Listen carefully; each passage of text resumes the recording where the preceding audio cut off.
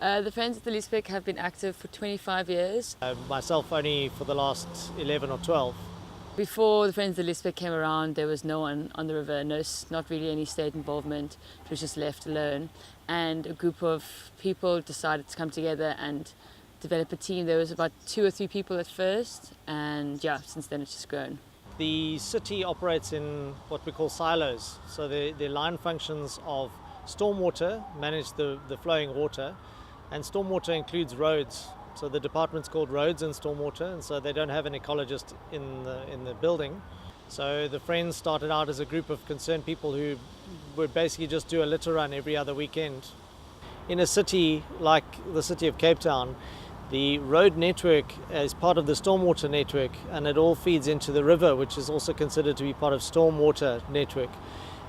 And what that means is that all stormwater culverts all over the city feed into, in this case, this river. There's a few threats and challenges that the Friends of the Liesbeek have been trying to combat consistently throughout its time here. Mainly litter and wastewater pollution. Plastic papers, mattress, couches, old couches, like you'll be amazed stuff that you will find in a river. Like there's nothing like you cannot find. Even it's people that are dumping on the river, having homeless guys that are living along the river, and people are kind of using it as a dump place. Right down to cars dropping spots of oil and bits of grease and car rubber and plastic from car accidents and glass, all that sort of thing that is deposited on roads and parking areas also gets washed down into stormwater culverts and ends up in the river. There's no monitoring. We come in every week, on Thursdays specifically, and do a litter run, clearing tens of bags of litter every week, and it just piles up again almost immediately afterwards. There's no regulation, there's no monitoring, because it's a public space and there's no security guards or anything. Anything can happen on the river. Sometimes when the river comes down, you bring all the dirt with him, trees and something like that, and mud, and that caused overflowing, that's why. So one of the problems that we have on the Liesbeek River is the predominance of invasive alien plants.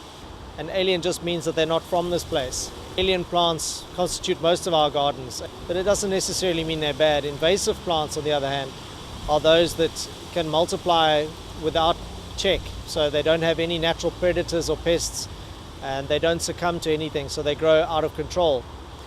And those are the ones that we struggle with on the Liesbeek. So in different sections, there are different species that are a problem. For instance, spiderwort is a weed that grows on top of the river and can completely reduce the flow if you let it grow for too long. And it also makes the river smell really bad and removes all the oxygen from the river, which disallows the species from living there. And these things grow, as I said, without natural enemies, so they tend to grow very fast and a lot. And down here what they tend to do is choke the river, so they will grow so thickly that they'll stop the river's natural flow. Now, in some cases, natural vegetation does slow down the water, and that's a good thing because it allows the absorption of some of the nutrients and pollutions out of that water. But when the growth is so dense and so thick, it stops the water entirely. It becomes stagnant, and the stagnant pools of water, especially when there's pollution with that water, become very manky. They go sour and they smell, and those are the places where mosquitoes breed. A lot of people look at the river and say, oh, there must be so many mosquitoes here, but actually no. In a functionally biodiverse system, there are enough frogs and crabs and micro and macro invertebrates that consume each other to have almost no mosquito population in a flowing section of the river at all. But the stagnant sections, which are exacerbated by these alien invasive plants, really contribute negatively to the environment of the river and people's enjoyment of it too, which is important.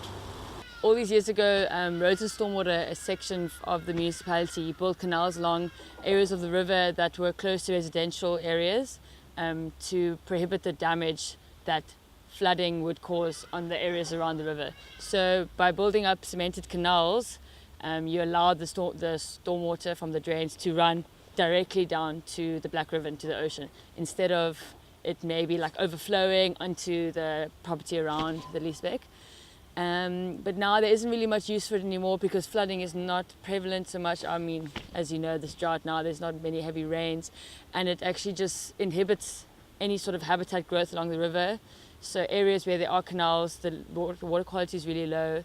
But the further you go down, the worse the river quality gets because of the pollution and the stormwater runoff.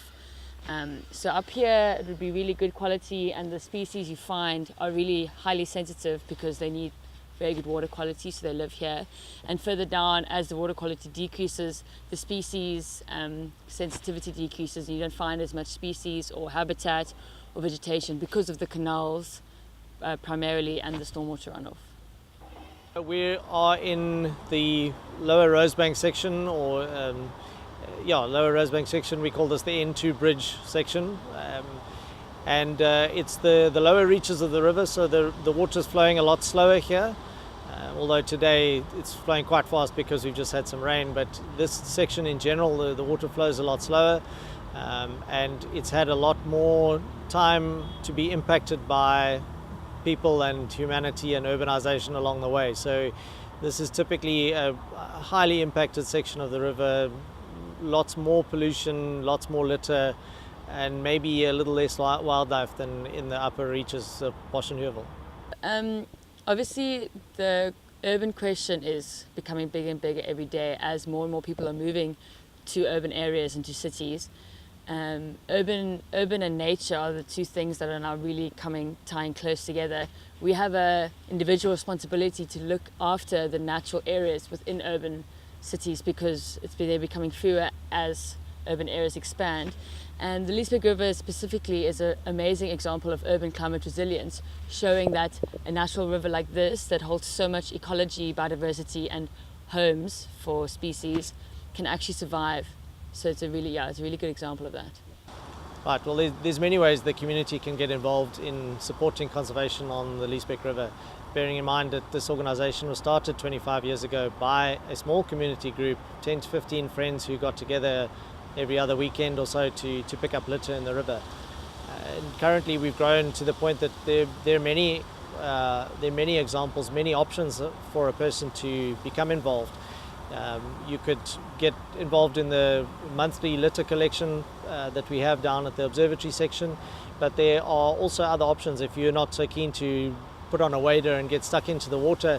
Even just joining our Facebook and Instagram stories and sharing your stories with us helps us to grow and to highlight what it is that this river represents to so many people. So there's many things you can do from social media, or just get out and enjoy the river. Even if you can't come and join on a litter clearing day or a walk, just get out and enjoy the river. My favorite part is planting indigenous plants and removing the alien plants, and get to teach people who knows nothing about the importance of the river, and teaching them the invasive stuff and then the indigenous plants. So I think everyone loves nature and being in nature, but a lot of the time people prioritize their own lives over, like for instance, helping an NGO like this. But for instance, there are so many ways that you can conserve in your own time, like just picking up litter along the river. We have specific litter days where you can volunteer, and mostly what an individual can do is try to pick up all the litter they can find. Worldwide, because of things like climate change, there's no such thing as wild nature anymore. We control and we influence all of it. So those things that are on our doorstep that we can control in a positive light, we should grab every opportunity to do that. Many people growing up in a city, this will be the only biodiversity and wildlife they're exposed to in their entire lives.